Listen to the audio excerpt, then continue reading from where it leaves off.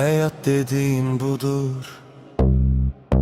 Yıkıldın duracaksan, o bir dağıtacak, sen bir kuracaksan.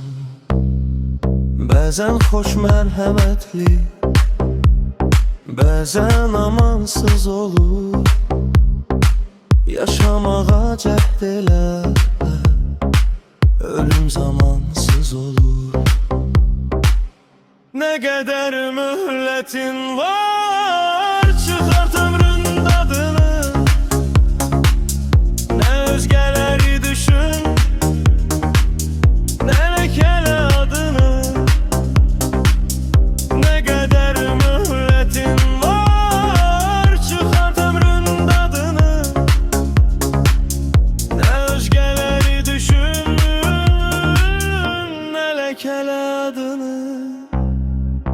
Kenardan her sözünü yozan da çok olacak. Baş sokup hayatına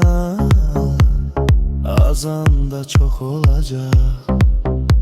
Unutma ki her insan öz ömrünü yaşayır. Çin'de günahını, sevabını taşıyor. Ne kadar mühletin var, çıkart ömrün tadını.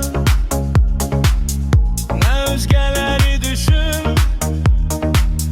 ne lekele adını. Ne kadar mühletin var, çıkart ömrün tadını. Ne özgeleri düşün, ne lekele adını. Ne özgeleri düşün, ne lekele adını.